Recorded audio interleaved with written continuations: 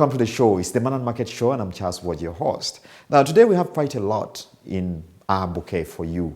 We're looking at the financial market space, where Uganda sits in this particular area. We're looking at the cyber security elements, what you need to know in that particular space, and then how to utilize bank loans, because this remains a major challenge to many people. Of course, looking at the demographic dividend and how important this is for Uganda to attain the 500 billion GDP worth by 2040.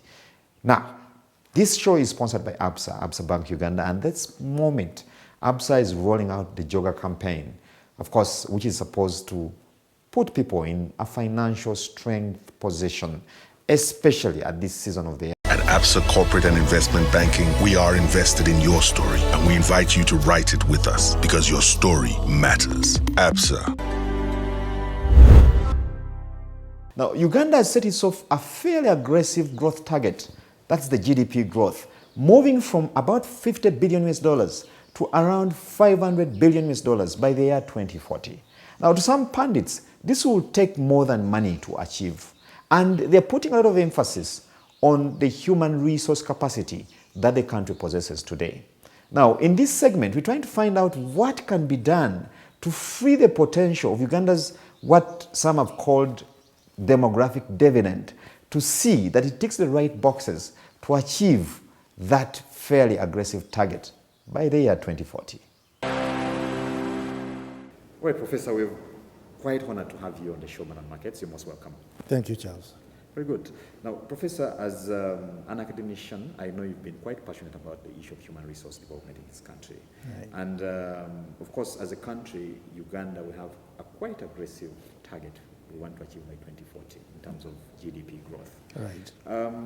I want you to walk us through what we need to get right on the side of human resources to help us walk that journey. Okay. Thank you very much for having me on the show. And yes, you have rightly said I'm an academician, and I have been training people for so long.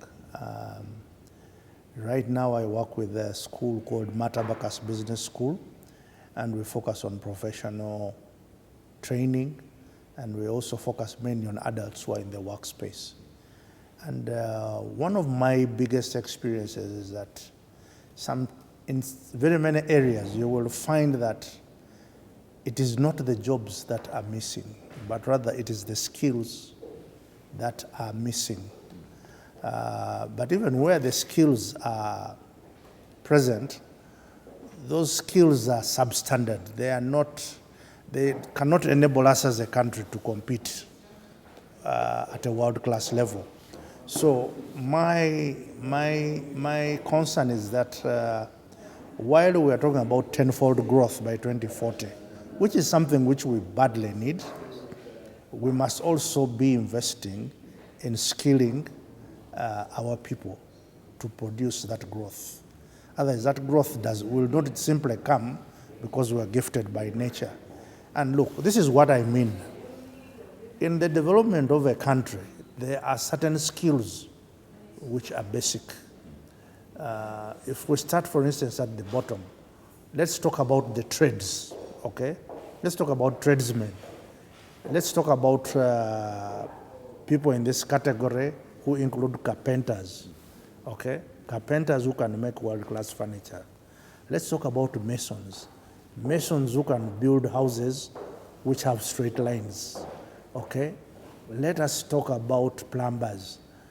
Plumbers who can make sewage systems which work, okay? So across that line of technicians, we really have a gap. And I think somewhere along the way, we made mistakes in our education policy and focused on university education as opposed to investing in vocational skills. Because these vocational skills are the ones that are necessary to build the country. So it is in that context that I'm saying, yes, we may be able to do all the other things, but if we do not look at the quality of the human resources, we're going to have a problem. But then again, I have another issue here. A lot of people are talking about the population dividend, and that's true if it is harvested, okay? You can't have a dividend if you've not claimed it. Population dividend means that we have a lot of young people, okay? And these young people need to get into the labor market, okay? So that's where now those young people getting into the labor market goes with the issue of skills. So what skills do they bring to the market? I think the socialists like calling it, what do you bring to the table? So what skills do the young people have to get into the labor market? Now, whether we are creating jobs or not, and we say these young people are going to be exported, there are models to follow. The Philippines have understood this. The people in the Philippines have understood this. They will skill the people they export, okay? So whether they're going to work as maids, whether they're going to work as security guards or whatever, they have a certain level of skill relevant to the job. And I'm not simply saying, go to school and learn how to write. But do you have a specific skill in that area where you're practicing? So that expansion in the economy, for me, must be buttressed by improving the quality of human resources. Still talking about the economy broadly, Uganda has been deliberate in improving its financial markets. And of course, because of this, certain indicators, including the ABSA Africa Market Index, have pinpointed the country's good boxes ticked in ensuring that its financial markets are functional and are able to attract capital from all over the world. So in this segment, we're paying special attention to some of those areas where Uganda has improved quite immensely, but then also the other areas where more work needs to be done. But maintaining macroeconomic stability in a world that is racketed by shocks, geopolitics, uncertainties, because we're living in a dynamic and a radically uncertain world. So how do you maintain macroeconomic stability in that? So is therefore a challenge that, notwithstanding that, we need to have policy consistency, because in the absence of policy consistency, you cannot attract international investors. That policy consistency, according to the Central Bank Deputy Governor, helped Uganda rake in the growth it witnessed in the financial market space. This was during the ABSA Africa Market Index for 2024, where Uganda maintained 4th position out of the 29 countries surveyed. The index looks at the performance of surveyed countries in the space of financial markets, which broadly means platforms where buyers and sellers interact to buy financial assets, including stocks, bonds, among others. Uganda's good performance, according to the index report, was mainly because of the progress it made in ensuring stable macroeconomic environment and transparency. Uganda's score has improved 63 from 62, driven by strong macroeconomic performance and transparency. For example, headline inflation has fallen. As of June 2024 was 3.9 from 4.9 the prior year, and NPLs are also significantly lower. And these things have earned Uganda an impressive score of 87 in Pillar 5. Pillar 5 relates to macroeconomic opportunity. Uganda achieved this at a time when several countries across the continent were struggling to stabilize their economies, with many, including our neighbors Kenya, struggling with currency depreciation, rising inflation, among others. Uganda's achievements, according to the ABSA index, has been a journey.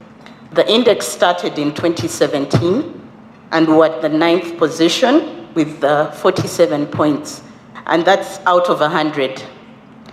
At the moment in 2024, we are at 4th position with 63 points. And some of the things that we've done well as Uganda, we have improved ESG standards, enforcement of legal standards, that's the Global Master Repo Agreements, international swaps and derivative association agreements that have enhanced the financial markets. Also, the primary dealership reforms have really led to growth in the secondary market volumes that we're seeing in the Uganda financial markets. The other thing is also about the ratings, both sovereign and for corporate companies. We've done well as Uganda, still room for more corporate entities to get rated. but we are on the path to have more and more companies rated. The pension sector, although possessing a lot of potential, still has gaps to be filled. Areas we need to work on, of course, include the pension, where the pension assets per capita are still below $200, and of course below the AFMI average of $820. And then we also have very few products in the market, including corporate bonds. The governor has spoken about the frameworks to have green bonds, sukuk bonds, and even Sharia-compliant products in the market. So that will definitely enhance Uganda's score. In the fourth position, Uganda was just one score behind Nigeria, and this has offered confidence to observers that Uganda might hit the third position this year if it continuously improves in the key index focus areas, that is market depth, access to foreign exchange, market transparency, local investors' capacity, macroeconomic opportunity, and enforcement of financial agreements.